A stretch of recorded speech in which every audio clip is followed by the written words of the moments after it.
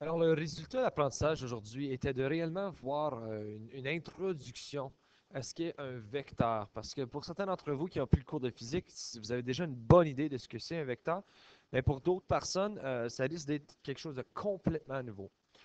Ce qui est important à noter, c'est que les vecteurs sont utilisés plutôt dans des cas réels. On regarde lorsqu'on fait de la mathématique en général, la plupart des valeurs qu'on utilise sont scalaires. Ok, donc, on a travaillé avec des chiffres, mais c'est comme l'exemple que je donnais. Si je pousse sur un pupitre à 25 newtons, qu'est-ce que ça te dit? Absolument rien autre que la force que j'exerce. Si je te dis je pousse le pupitre à 25 newtons vers la direction de l'est, je viens juste de déplacer le pupitre dans une direction, ce qui veut dire que je viens d'incorporer un vecteur dans mes données. Là, je vais juste replacer mon pupitre. Donc, les termes qui sont importants de noter, c'est qu'un scalaire, c'est une quantité qui exprime uniquement une grandeur. Donc, il n'y a pas de direction, il n'y a pas de sens, il n'y a rien.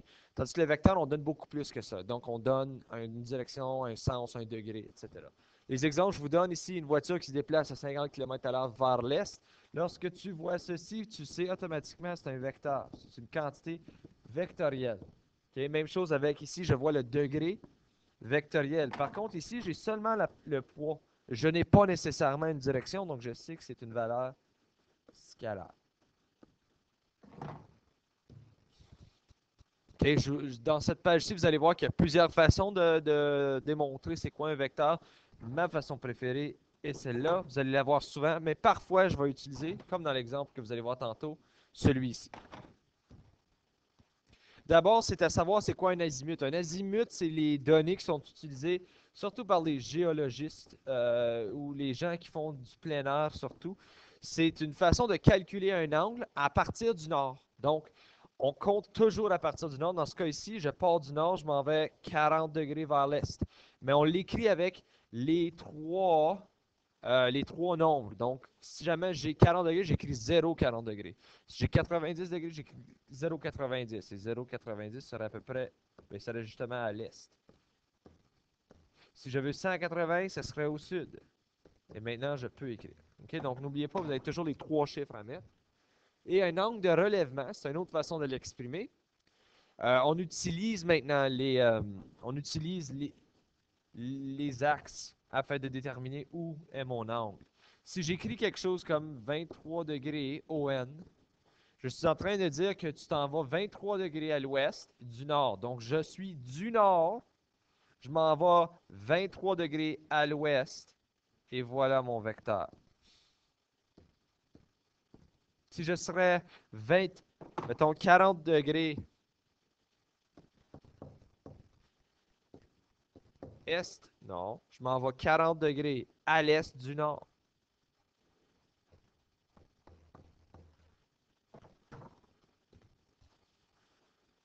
OK. Là, maintenant, regardons, on va créer des vecteurs en se basant sur les données que nous savons. Ici, nous voulons le vecteur U, qui est 2 km selon un azimut de 20 degrés. Ce qui veut dire que je dois partir du nord, parce que c'est un azimut, et je dois m'en aller à 20 degrés. Donc, 20 degrés du nord, c'est à peu près ici. Et je fais 2 km. Donc, pour moi, c'est pas beaucoup, 2 km. Voilà, 2 km, 20 degrés. Essayons maintenant avec un angle de relèvement.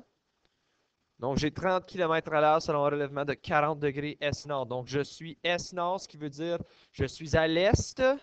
Donc, je suis de ce côté-là, à partir du nord. Identifions nos axes. Je pars du nord, je m'en vais 40 degrés, ce qui est presque la moitié chemin. Pas tout à fait. Et si l'autre était 2,30, est à peu près ceci. Là, on fait approximatif, on n'est pas encore dans la précision. Je m'en vais 30 km à l'heure à un angle de 40 degrés. Si nous voulons maintenant convertir un azimut dans un angle de relèvement, on doit penser un peu qu'est-ce que c'est mon azimut. Si j'ai un azimut, je suis toujours à partir du nord. Alors, à 150 degrés. Je sais qu'à l'est, j'ai ici 90 degrés. Je sais qu'au sud, j'ai 180. Donc, je suis entre, plutôt un peu plus à la droite. Je suis à peu près ici. OK, ça, c'est à peu près 150 degrés. Mais là, je dois la mettre sous la forme d'un angle de relèvement. Je suis dans le cadran du sud et je suis à la droite, ce qui veut dire que je suis à l'est. Donc, je vais dire que je suis à l'est du sud. Mais là, je dois savoir c'est quoi cet angle-là maintenant. C'est lui qui va déterminer c'est quoi mon angle de relèvement. Comment est-ce que je peux savoir ça? Je sais que lui est 150. Je sais que toute la face est 180. Je peux seulement les soustraire. 180 moins 150, c'est égal à 30 degrés. Donc, je suis à 30 degrés à l'est du sud. Pareillement ici, je vous dis 50 degrés ouest à l'ouest du nord. Donc, 50 degrés à l'ouest du nord, c'est un peu plus que la moitié.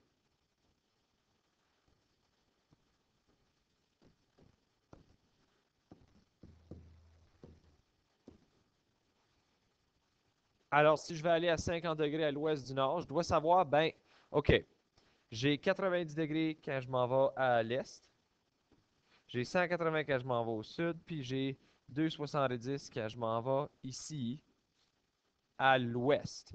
Alors, je sais que j'ai 270 jusqu'ici. J'ai 50 degrés ici. Est-ce que ça m'aide? Pas nécessairement, mais ce que je sais, c'est que si je fais tout le tour, j'ai 360 degrés. Ah ah! Donc, ce que je peux faire maintenant, c'est que je peux enlever ce 50 degrés ici pour savoir combien est-ce que j'ai jusqu'à là. Donc, 360 moins 50, ça va être égal à 310, ce qui veut dire que j'ai 310 degrés azimut. Un azimut de 310 degrés. Voilà. Des propriétés qui sont importantes avec les vecteurs. Un vecteur parallèle, il est de même direction, mais il n'a pas nécessairement le même sens. Par ça, je veux dire, regardez, il s'en va dans la même direction, mais il n'a pas nécessairement le même sens. OK? Il peut aller, les deux sont à peu près la même angle, mais ils ne sont pas nécessairement dans le même sens. Les vecteurs égaux sont pareils dans tout ce qu'on a, et les vecteurs opposés sont exactement le contraire. OK? Alors ici, je vous demande, je veux un vecteur égal, puis je veux que tu le nommes EF. Alors, je veux un vecteur égal à lui. Ben, pour tricher un peu, moi, je vais créer un vecteur. Vous avez évidemment pas ce truc-là lorsque ça vient à vos notes, mais bon, je vais le créer et je vais l'appeler EF. Voilà mon vecteur qui est égal, exactement égal, et il se nomme EF. Dans l'exemple 2, une équation qui indique le lien entre ces deux vecteurs. Le vecteur AB est égal au vecteur EF. Voilà, ça c'est une équation qui démontre que les deux sont pareils. Un vecteur qui est opposé à celui-ci, et je veux que tu le nommes GH. Bon, ben c'est assez simple. Copier, coller. Moi, je vais juste l'inverser. Je suis certain qu'il est pas mal la même chose. Il pourrait être un peu plus comme ça. Voilà. Et je vais l'appeler... Pardon, il doit partir du G puis s'en aller vers le H. G, H. Qu'est-ce que ceci me dit? Ben, ça me dit que c'est exactement la même chose. Donc, en termes de parallèle, les deux sont pas mal égales en termes d'angle, etc. Ils sont pas mal semblables. Mais ils n'ont pas la même direction ou le même sens. Donc, dans ce cas ici, je vais dire que la direction, ou la relation entre les deux, AB, est égale à négatif GH. Là, vous me demandez qu'est-ce que négatif veut dire? Négatif veut dire opposé. Donc, AB va être la même chose que le contraire de GH. Okay? So, si jamais je regarde ici, j'ai GH qui pointe dans cette direction. Si je dis négatif GH, c'est comme si je ferais un 360, puis maintenant, mon point de départ serait ici, et ma flèche serait là. Ça, c'est quand tu fais négatif un vecteur. Donc, j'ai AB qui est égal à la négative de mon vecteur GH. Ça, c'est tout pour la leçon. N'oubliez pas de m'envoyer un courriel si jamais vous avez des questions.